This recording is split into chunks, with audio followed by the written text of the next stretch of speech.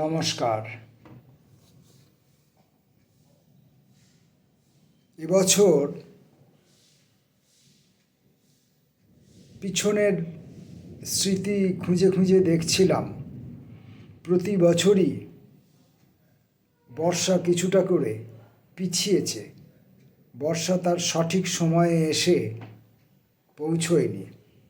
প্রতি বছরই বিবিধ রকমের ব্যবস্থা, অনেক রকমের ব্যবস্থা আমরা নিয়েছি। আমরা ওই সমস্ত গ্রামীণ দিনে যে সমস্ত বলা হতো, বৃষ্টি না হলে ব্যাঙের বিয়ে দাও ইত্যাদি সব করেছিলাম। আরও অনেকে করেছেন, বিভিন্ন রকমের ফেসবুক পোস্ট দেখতে পাই। সেখান থেকে বুঝতে পারি যে প্রতি বছরই বর্ষা তার ঠিক সময়ে এসে পৌঁছায়নি। দেরি করেছে শুধু নয়, অস্বাভাবিক রকমেরও দেরি করেছে। এবছরও তার ব্যতিক্রম হয়নি। বর্ষার সময় বৃষ্টি হয়নি। উত্তরবঙ্গে তুমুল বৃষ্টি, তুমুল বন্যা, কিন্তু দক্ষিণে কোথাও বৃষ্টি নেই। মেঘ এসেছে কখনো কখনো আলে কালে, ছাগল তাড়ানো দু এক ফোঁটা বৃষ্টি হয়েছে, মাটি ভেজেনি। মাটি ভেজার মতো বৃষ্টিও হয়নি বর্ষায়। বর্ষা চলে গেছে, শরৎ এসে গেছে। শরতেও বৃষ্টি হয়, চিরকালই হতো। শরতেও বৃষ্টি হতো। মেঘ যেখানে দাঁড়াতো সেখানে এক পশলা বৃষ্টি হয়ে যেত, আবার থেমে যেত, আবার রোদ উঠত। এবং শরতে আমরা করতাম কি, বর্ষার পর আমরা বিছানা, বালিশ, কাপড় চোপড় ইত্যাদি আমরা শরতে সময় রোদে দিতাম। প্রচণ্ড কড়া রোদ উঠত সেই সময়। এবছর যেদিন রোদ উঠছে সেদিন সেই রোদটা থাকছে, কিন্তু এবার ব্যতিক্রম হচ্ছে যে বর্ষাটা শরতে এসেছে। পুজো পার হয়ে গেল, পুজোর সময় আবহাওয়ার যে পূর্বাভাস ছিল তাতে পুজোর কদিন বৃষ্টি হওয়ার কথা ছিল। আবার এখন অনেক রকমের মাধ্যম থেকে আমরা আবহাওয়ার খবর পাই। সেসব আবহাওয়ার খবরের মধ্যে আবার তারতম্যও থাকে। কেউ বলে খুব বৃষ্টি হবে, কেউ বলে অল্প হবে, কেউ বলে হবে না, কেউ বলে নিম্নচাপ এদিকে আসবে, কেউ বলে ঘূর্ণিঝড় ওদিক দিয়ে ওদিকে চলে যাবে। এই বিবিধ রকমের অনেক রকমের কথাবার্তা আমরা শুনতে পাই। ফলে আবহাওয়ার খবরগুলোকেও আর নির্ভরযোগ্য সূত্র বলে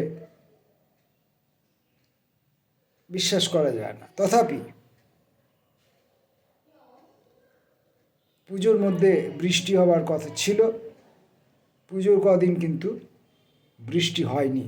মেঘ এসেছে, মেঘ কেটে গেছে, বৃষ্টি হয়নি। পুজোর পর, পুজো পেরিয়ে যাওয়ার পর শুরু হয়েছে বৃষ্টি। এবং গতকাল রাতে, সমস্ত রাত, কাল সকাল থেকেই বৃষ্টি শুরু হয়েছে। সারাদিন অল্প স্বল্প বৃষ্টি হয়েছে। রাতের, মধ্যরাতের থেকে সমস্ত রাত, আজ সকাল 7টা পর্যন্ত একটানা অবিশ্রান্ত এবং ক্রমশ তার বেগ সে আরও বেশি সশব্দে, আরও বেশি জানান দিয়ে এবং মেঘগর্জনের সঙ্গে বৃষ্টি হয়েছে। প্রবল বৃষ্টি। বৃষ্টি হলে আমি যে এলাকায় বসবাস করি এই জায়গাটা জল জমে যায়। জল জমে যায়, জল নদীর মতো বাড়ির সামনে দিয়ে ছুটতে থাকে। নদী আপন বেগে পাগল পাড়া, বোঝা যায়, সেই ছবিটাকে বোঝা যায়। কালকে যে বৃষ্টি হয়েছে সেটা শুধু রাস্তার সামনে দিয়ে ছুটেছে কোমর সমান তাই নয়, সে জল রাস্তা দিয়ে ছুটে গিয়েও যে বড় সরকারি যে ড্রেন আছে সেই ড্রেন উপচে ভর্তি হয়ে গেছে এবং সেই জলকে, অতটা জলকে পাস করাবার ক্ষমতা তার ছিল না।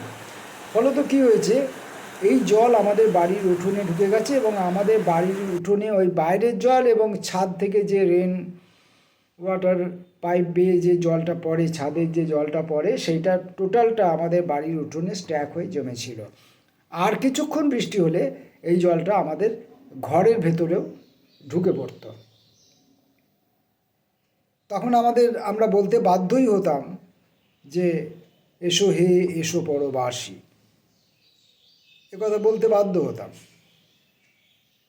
তো যাই হোক, সৌভাগ্যক্রমে এই মুহূর্তে বৃষ্টি থেমেছে এবং বাড়ির উঠোনে যে জল জমেছিল সেটা বেরিয়ে গেছে।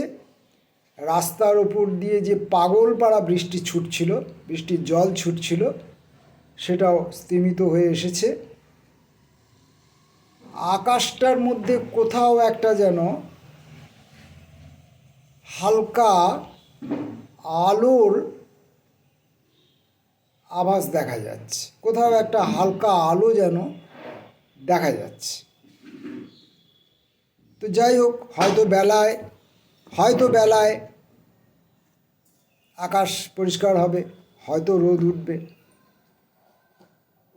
কিন্তু কাল রাতের কথা ভাবলে গা শিউরে ওঠে।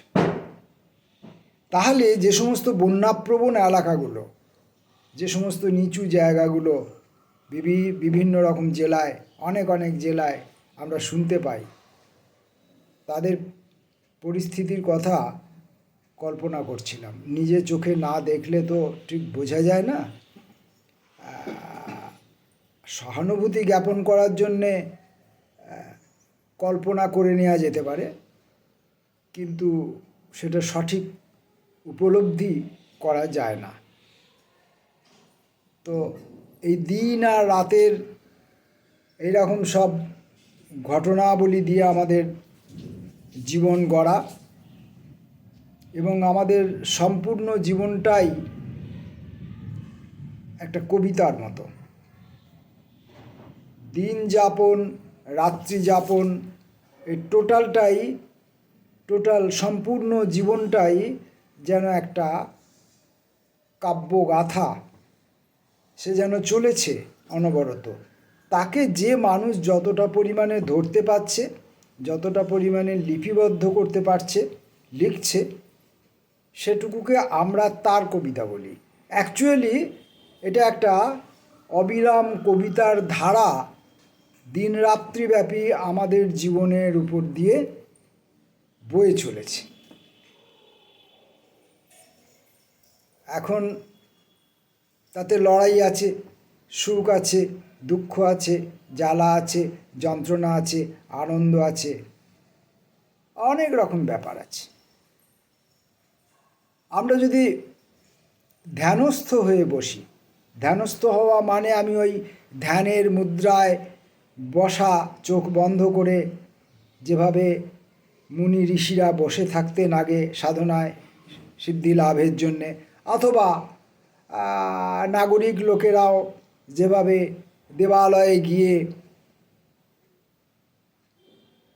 ভক্তিভাব প্রদর্শন করে, চোখ বুজে, হাত জড়ো করে, বা পদ্মাসনে বসে, হাঁটু মুড়ে বসে, বিভিন্ন রকমভাবে যে বসে ঈশ্বরের কাছে তাদের প্রার্থনা জানান, আমি সেই ধ্যানের কথা বলছি না। আমি বলছি কোনো একটি বিষয়, কোনো একটি ভাবনা, সেটা খুব ছোট হতে পারে, যত ছোট হবে বিষয়টার ভেতরে ঢুকতে কিন্তু তত বেশি সুবিধে হবে। একটি মাত্র শব্দকে যদি আমরা বেছে নিই এবং এই শব্দটির ভেতর যদি আমরা ঢুকতে পারি, সেটা হ্যাঁ, শব্দ মানে আমি দু রকম সম্ভাবনাই রাখছি। শব্দ মানে সাউন্ড, যে কোনো রকমের সাউন্ড, আওয়াজ। আর শব্দ মানে আমরা আমাদের ভাষার যে ক্ষুদ্রতম অংশ, তাকে আমরা শব্দ বলছি বা বলি। সেই শব্দের ভেতরেও আপনি বলতে পারেন, এবং আমার মনে হয় দুই শব্দের মধ্যে একটি সম্পর্কও আছে, কারণ আমরা যা উচ্চারণ করছি সেটাও একটা আওয়াজ, সেটাও একটা শব্দ।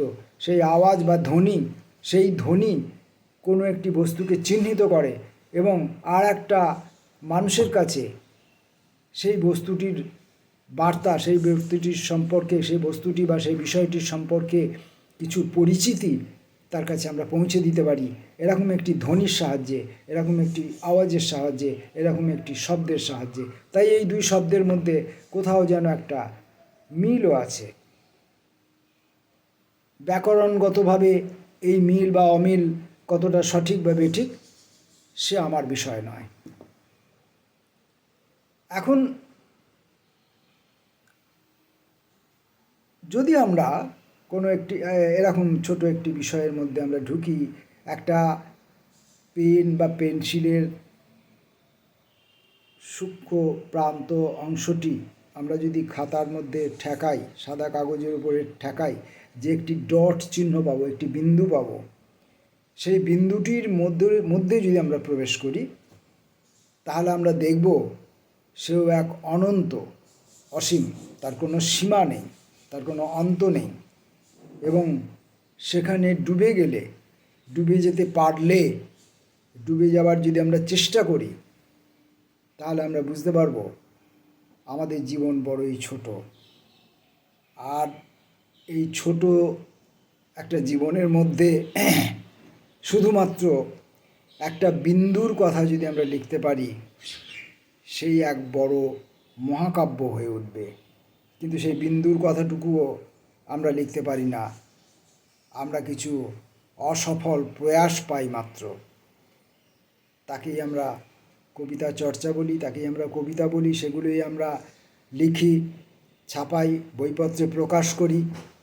কেউ পড়ে মুগ্ধ হন, কারোর ভালো লাগে, কেউ প্রশংসা করেন, কেউ নিন্দা করেন।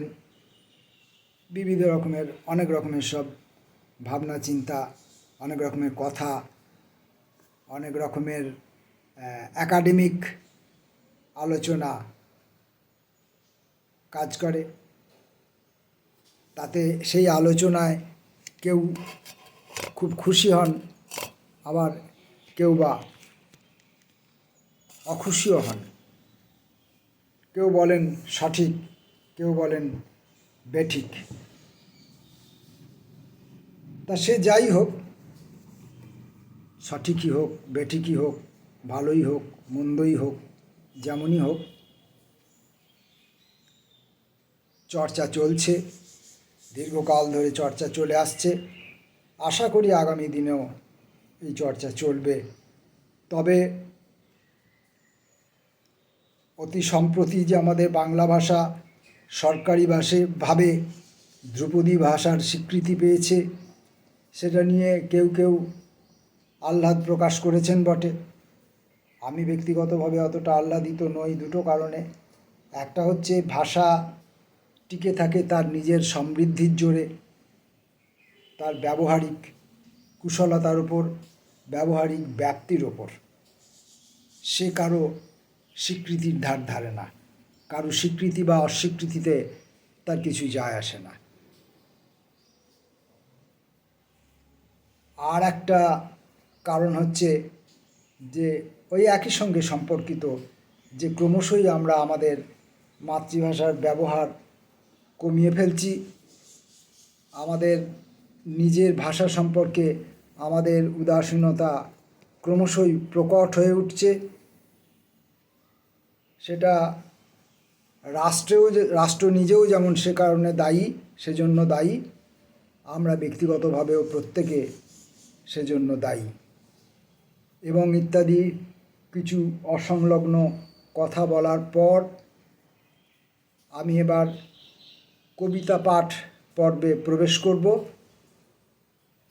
গতকাল সন্ধ্যায় আমার স্নেহভাজন ছোট বোনের মতো সাথী রোজিনা কালকে আমাকে দিবারাত্রির কাব্য পত্রিকাটি কলকাতা থেকে এনে আমাকে পৌঁছে দিয়েছে। আমার বন্ধুবর আফিফ ফুয়াদ প্রতিবারই সাথীর হাত দিয়ে পত্রিকাটি আমার কাছে পাঠান। আমি সাধারণত বড় লিটল ম্যাগাজিনের মধ্যে যেগুলো উল্লেখযোগ্য, সেই সমস্ত লিটল ম্যাগাজিনগুলোতেও আমি লেখার জন্যে কখনো সচেষ্ট হইনি, প্রয়াস পাইনি, নিজেকে পৌঁছে দেওয়ার দায়িত্ব নিইনি। এবং সেই পত্রিকা গোষ্ঠীর পক্ষ থেকেও তেমনভাবে আমাকে কখনো লেখবার জন্য আমন্ত্রণ জানানো হয়নি বা চাওয়া হয়নি। হ্যাঁ, ব্যতিক্রম আছে, দু এক ক্ষেত্রে ব্যতিক্রম আছে। সেটা অনেকটা পরিচয়ের মাধ্যমে, ব্যক্তিগত সম্পর্কের মাধ্যমে হয়। কিন্তু শুধুমাত্র লেখার জন্য কোনো পত্রিকার দায়িত্বশীল সম্পাদক নিজে যেচে আমাকে সাধারণত লেখা চান না। আর ইদানিংকালে যেটা হয়েছে যে পত্রিকা সম্পাদক ফেসবুকের মধ্যে একটা ঘোষণা দেন, একটা বিজ্ঞপ্তি দেন যে পত্রিকার অমুক সংখ্যার জন্যে এই বিষয়ের উপর লেখা এত তারিখের মধ্যে পাঠান। হয়তো সেই বিজ্ঞপ্তি দেখেই অনেক কবি লেখা পাঠিয়ে থাকেন, আবার আমার মতো দু চারজন অভিমানী মানুষ হয়তো পাঠায়ও না। অথবা যারা পাঠান না ওই সব পত্রিকার সম্পাদকরা তাদের মধ্যে কারু কাছে ব্যক্তিগতভাবে লেখা আমন্ত্রণ করেন তাদের যোগ্যতা বলে। আমার সেই যোগ্যতার অভাব হওয়ার জন্য, থাকার জন্যই সম্ভবত সেই সব সম্পাদকরা আমার কাছে কখনো ব্যক্তিগতভাবে লেখা চাননি। আর লেখা না চাইলে আমি কোথাও নিজে যেচে নিজের লেখা পাঠাইনি আজও পর্যন্ত। ফলত বাণিজ্যিক কাগজ বাদই দিলাম, লিটল ম্যাগাজিনেরও প্রথম স্তরের, প্রথম সারির পত্রিকা বলে যেগুলোকে বলা হয়ে থাকে, যেসব সম্পাদকরা তাদের পত্রিকাকে প্রথম সারির বলে গর্ব অনুভব করেন এবং বিষয় বৈচিত্র্যে যেগুলো সত্যই সমৃদ্ধ পত্রিকা, বা তাদের কাজের কারণে, পরিচ্ছন্নতার কারণে, দক্ষতার কারণে, সৌন্দর্যের কারণে, এরকম সব কারণে পত্রিকাগুলো একটা মানোত্তীর্ণ জায়গায় পৌঁছায়, সেই সব পত্রিকার সম্পাদকরা আমাকে যোগ্য মনে করেননি বলেই নিশ্চয়ই তারা আমার কাছে কখনো লেখা চাননি। তার মানে কিন্তু এই নয় যে তারা আমাকে ব্যক্তিগতভাবে চেনেন না, কিন্তু তাদের সঙ্গে আমার ব্যক্তিগতভাবে চায়ের টেবিলের আলাপ নেই, মৌখিক আলাপ নেই। একদম পিছনের পংক্তি থেকে, কবিতার সংসারের একদম পিছনের সারি থেকে দিবারাত্রি কাব্য পত্রিকার সম্পাদক আফিফ ফুয়াদ আমাকে তাঁর পত্রিকায় লেখার জন্যে ডেকে নিয়েছেন বেশ কিছুদিন যাবৎ। তার পত্রিকার কয়েকটি সংখ্যায় আগেও আমি তার পত্রিকা সংগ্রহ করতাম, পড়তাম, কিন্তু তখন যে কারণে আমি অন্য কোথাও পত্রিকা কবিতা পাঠাই না, সেই কারণে সেখানেও পত্রিকা কবিতা পাঠাতাম না। কিন্তু ইদানিংকালে আফিফ ফুয়াদ সাহেব আমাকে সেই পত্রিকায় লেখার সুযোগ করে দিয়েছেন, তাই কয়েকটি সংখ্যায় আমার কবিতা ছাপা হয়েছে।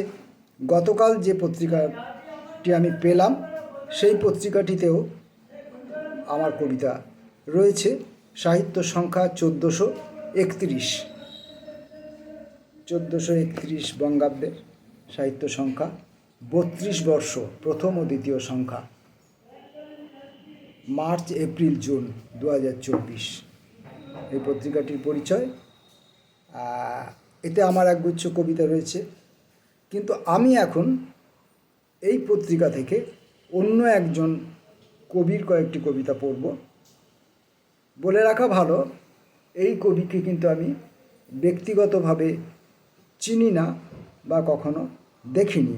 যতদূর আমার মনে হয়, আমার স্মৃতির সঙ্গে আলাপ আলোচনা করে চর্চা করে আমি বুঝতে পারছি, অনুভব করতে পারছি যে এই শাশ্বতী দাশগুপ্ত বলে কোনো কবিকে আমি ব্যক্তিগতভাবে চিনি না বা দেখিনি, বা কোনো রকম কোনো যোগাযোগ আমার কখনো ছিল না। আমি এই পত্রিকা খুলে শাশ্বতী দাশগুপ্তর একগুচ্ছ কবিতা বার করলাম এবং সেই কবিতাগুলো আমি এখন পড়ব। একগুচ্ছ কবিতা, শাশ্বতী দাশগুপ্ত। প্রথম কবিতা, শব্দ। শব্দের উদযাপন বর্ষ আজ, রাজপথের মিছিলে সভা সমিতিতে মালিকানাহীন শব্দ, তাদের কি বিনিময় হয়? শব্দের নেশায় প্রত্যয়ী যারা, তারা পায়ে চলা পথ বাঁয়ে রেখে সরু পেন্সিলের মতো দাগের রাস্তা খোঁজে। সমস্ত শব্দের মধ্যে নিজেকে খুঁজে নেয়। শব্দের উদযাপন হয় সংখ্যার গরিমায়, শব্দের নামে। আকাশ। হেঁটে যাওয়া পথে হাত পেতে থাকে বিষণ্ণ আকাশ। দুপা হাঁটলেই দেখতে পাওয়া যায় মায়া সরণি। অপেক্ষার মেঘে থাকে ঝর্ণা রোদ, যেখানে ভালোবাসা নির্লিপ্ত আহ্বান করে, ফিরিয়ে দেয় সব আলোকিত চাঁদের কণা। পোশাকি শরীরে শব্দ হয় অনবরত, এক সন্ধে নেমে আসে ভাঙা রাতে। ঘরের ভেতরে প্রদীপে আলো হয়ে থাকা একটা মানুষ বলে ওঠে, আর দুঃখ করো না, নীল রং ছুঁয়ে দুঃখকে পরবাসে পাঠিয়েছি। এই নীল স্রোতধারা সবার অগোচরে বাড়িয়ে দেয় হাত, আর ক্লান্ত হয় না নিঃসঙ্গ অপেক্ষা। পিছনে ঘুমিয়ে থাকে দিশেহারা সময় আর সারি সারি তারা। পরবর্তী লেখা, পিতা। বৃষ্টি আসন্ন প্রায়, আমার একাকিত্বের কাছে বসে আছে তার অবিনশ্বর অস্তিত্ব। সেই বৃষ্টিস্নাত মেঘের বৃত্তে পাতা আছে এক প্রজ্ঞার আসন। তার প্রচ্ছন্ন একাকিত্বে উন্মোচিত হয় 10 দিগন্ত। প্রজ্ঞার আসনে বসে আছেন আমার পিতা। বিষণ্ণ হাওয়ায় মিশে আছে তাঁর কণ্ঠস্বর। সত্যের উত্তাপে ধ্বনিত হয় এক সম্মোহন। আমি বসে থাকি সেই পরিসরে। আচমকা বর্ষায় নেমে আসে এক আত্মহারা আলো, দুহাতের ছোঁয়ায় ধুয়ে যায় আঁধার। ছেঁড়া সংসার। ক্লান্ত অবসন্ন শরীর স্বল্প আয়ু সম্বল করে দাঁড়িয়ে আছে অনন্তকাল। শতছিদ্র শরীরে পা রেখেছে সংসার, আমার সংসার। ছেঁড়া সংসার, নিশুতি বিষাদ সবই বাঁধা থাকে অবিচ্ছেদ্য মায়ায়। দুঃখ পাই না, অপেক্ষায় থাকে কলঙ্কিনী মেঘ। বৃষ্টি ধোয়া পথঘাট আলোময় হয়ে ওঠে। মাথা নত করে ছায়া শোক, মাথা নত করে ছায়া শোক। নিশীথকালীন জ্যোৎস্না হয়ে পৃথিবীর সব দুঃখ শোক মিশে যায় স্মৃতির সিক্ত মেঘে। যত দূর অবধি ভেজা যায়, শুকায় না কথা। জলের মধ্যে ভেসে সারিয়ে তুলি ছেঁড়া সংসারের জীর্ণতা। কাছাকাছি এলে বলি, আর ফুরোবে না ভালো থাকা বিবর্ণতা। দেখবে একাত্ম হওয়ার প্রয়াস, সেরে উঠবে আমার সংসার। নিঃসঙ্গ চাঁদ। আজ এখানে বসি, আলগোছে তুলে রাখি অক্ষর চাঁদ আর ভাঙা কথা। এক এক করে পার হয়ে যাই আমার বিষাদ মাখা আলোকবর্তিকা। পার হয়ে যাই আমার নির্জন শহর। আলোর বিষাদ শেষে নিভে যায় উড়ন্ত তারারা। রাত জুড়ে রাধারোষ বাঁশি অভিমানে বায়ুহারা। নীরব হয়ে সাক্ষী রাখি চাঁদকে। বিদীর্ণ হৃদয় ভেসে ভেসে যায় মৃত হরিণীর মতো। অবশেষে চাঁদ নিঃসঙ্গ হয়ে পড়ে, প্রতি রাতে অশ্রু ভেসে যায়। আমার শ্বাসটুকু। কাল রাতে ঘুমের মধ্যে হাঁটতে হাঁটতে আমার প্রিয় নদীর কাছে শ্বাসটুকু রেখে এসেছিলাম। মনে হয়েছিল, আহা, শ্বাসটুকু হয়তো একটি স্রোতবতী শরীর চায়। সুখ ছোঁয়া ভরে কান্নায় ক্লান্ত দু চোখে জল আগলিয়ে শ্বাস ফিরে এলো আমার শরীরের রক্তাভ বীজে। সহসা সূর্য ওঠা সকাল। দেখলাম সুখী সকালের গায়ে লেগে আছে প্রিয় নদীটির জলজ ভালোবাসা। শেষ কবিতা পড়ব। কবিতাটির নাম সুখ। দুঃখেরা কেমন ডালপালা ছড়িয়ে অপেক্ষায় থাকে। বহুদিন কোনো কথা হয় না, মনে পড়ে যায় কিছু শ্রান্ত নীরব বেলা। ফেলে রেখে যায় বয়ে যাওয়া নদীর পাড়ে পুরনো আবর্জনা। স্মৃতিরাও এরকম ছড়িয়ে ছিটিয়ে থাকে। ছায়াপথ ঢেকে ক্লান্ত অবসাদে বাড়ি ফিরি। ঘন হয়ে আসা সে বিকেল, তার বুকে হাত রেখে বলি, এই যে জীবন, মেলে দাও চারপাশে। কত কথার বর্ণমালা সাজাও পথিক হাওয়ার পাশে। বসে থাকো সময়ের হাতে হাত রেখে। একেই জীবনের সার ভেবে নাও তুমি, অথচ অভিমান জানে কোনখানে কত সুখ।